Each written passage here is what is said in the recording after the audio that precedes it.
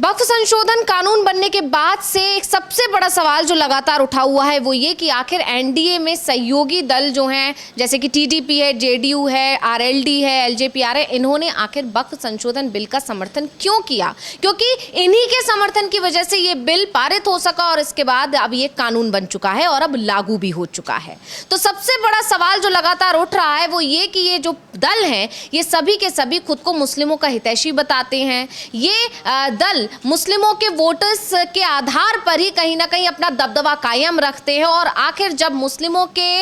या मुस्लिम समुदाय, एक विशेष समुदाय के हित की बात आई तो इन्होंने सत्ता को क्यों चुना, क्यों इन्होंने बीजेपी के हाँ में हाँ मिलाई और क्यों इस बिल को समर्थन दिया और ये फिर उनके समर्थन के बाद ये कानून बन सका। क्योंकि अगर ये दल या इनमें से कोई भी एक दल अपने पैर पीछे खींच लेता तो शायद ये बिल पारित नहीं होता। और इसमें से सबसे बड़ा सवाल जो टीडीपी के ऊपर उठता है, क्योंकि एनडीए के सहयोगी दलों की जब बात की जाती है तो सबसे ज्यादा संख्या है सांसदों की तो वो टीडीपी के पास है, 16 सांसद हैं इनके पास। ऐसे में सबसे बड़ी पार्टी होने के नाते टीडीपी की जिम्मेदारी सबसे ज्यादा बन जाती थी कि वो अगर इस बिल का समर्थन नहीं करती तो शायद दूसरे दल भी इसका समर्थन नहीं करते और ये बिल लटक सकता था। लेकिन टीडीपी ने जिस खामोशी के साथ इस बिल का समर्थन किया उसके बाद से चंद्रबाबू नायडू को लेकर सवाल ये पूछा जा रहा है कि आखिर उन्होंने किस दबाव में इस बिल का समर्थन किया। इसको लेकर हर रोज नए खुलासे हो रहे हैं और पिछली बार भी हमने अपने इस कार्यक्रम में चर्चा की थी कि आखिर क्यों चंद्रबाबू नायडू को सरेंडर करना पड़ा बीजेपी के सामने,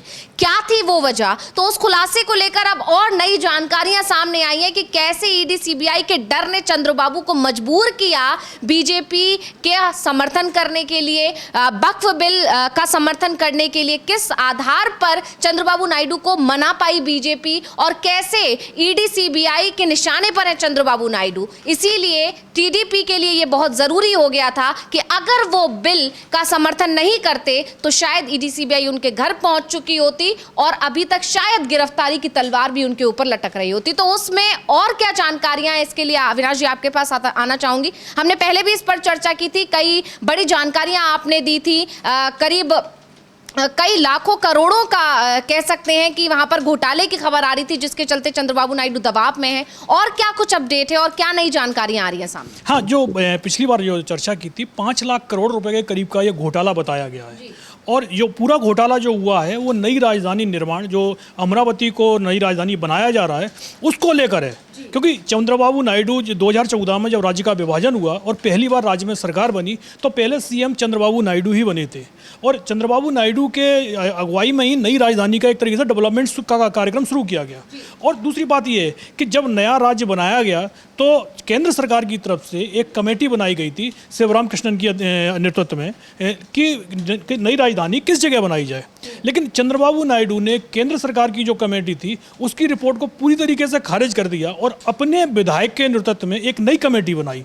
जाहिर सी बात है कि नई कमेटी की जो रिपोर्ट सामने आई उससे पहले वो सीएम के पास पहुंची थी सारी की सारी रिपोर्टें कि भाई राजधानी कहाँ बननी है और जिस जगह राजधानी, क्योंकि 29 गांव जो अमरावती के आसपास का जो रीजन है उसके जो 29 गांव थे उनका चयन किया गया नई राजधानी के निर्माण के लिए और 34,000 एकड़ ज़मीन एक्वायर करनी थी। जाहिर सी बात है कि उस समय जो 1 एकड़ ज़मीन की कीमत उस समय चल रही थी वो करीब 10 लाख रुपए चल रही थी।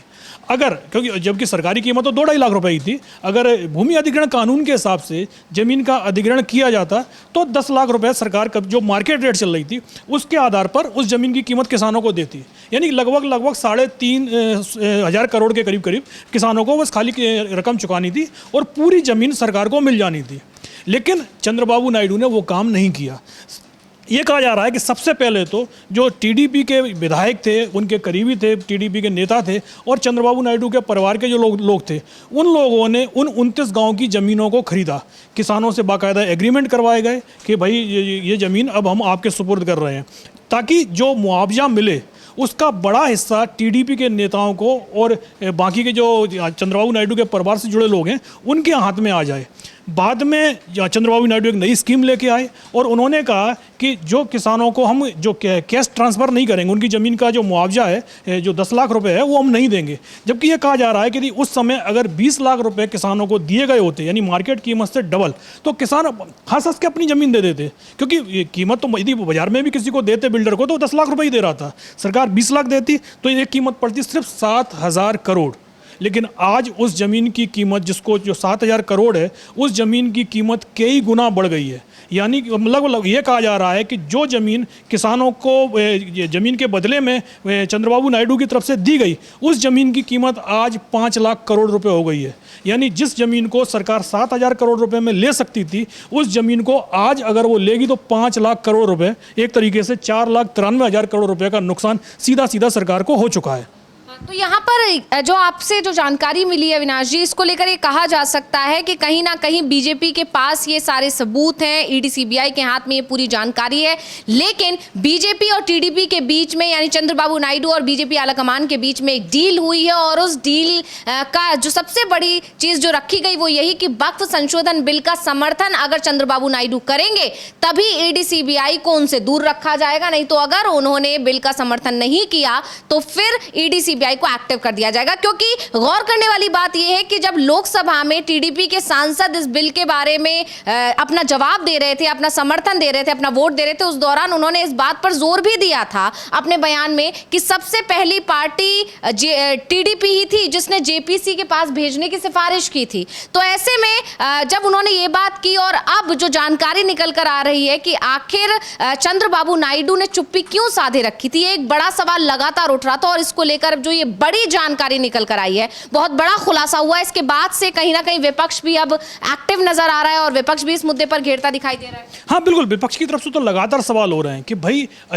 विपक्ष के नेताओं के खिलाफ तो ईडी और सीबीआई एक्टिव रहती है, लेकिन भाई सत्ता पक्ष के नेताओं के खिलाफ ही इस तरीके की कार्रवाइयां क्यों हो रही हैं। आपने देखा होगा कि बिहार में भी चिराग पासवान के करीबियों पर छापे पड़े, उससे पहले महाराष्ट्र में भी अजीत पवार के करीबियों पर छापेमारी हुई है। तो आपके साथ बीजेपी किसी की ये कहा जा रहा है सगी नहीं है, चाहे विपक्ष का मामला हो चाहे सरकार में शामिल दलों का मामला हो। और टीडीपी को लेकर तो ये कहा जा रहा है कि चंद्रबाबू नायडू बहुत बुरी तरीके से उलझे हैं और उलझे वो अपनी नीतियों के चलते ही हैं। जैसे हमने बताया कि आपको कि जो 5 लाख करोड़ का जो घोटाले का मामला है, उसमें चंद्रबाबू नायडू ने ही ये नियम निकाला था कि जिस किसान की 1 एकड़ ज़मीन सरकार लेगी तो उसको 1,000 जो स्क्वायर मीटर का उसको भूखंड दिया जाएगा और 200 मीटर का उसको व्यावसायिक भूखंड दिया जाएगा, यानी कुल 1200 मीटर। 1 एकड़ में जो कुल ज़मीन होती है वो लगभग 4840 मीटर होती है, यानी 25% ज़मीन तो सीधा सीधा आपने किसान को उसकी ज़मीन के बदले में विकसित करके आपने देने का वादा कर दिया। 50% ज़मीन जो होती उस पर आपको स्कूल बनाने होते, क्योंकि नया शहर बसता, पूरा यूनिवर्सिटी बनती,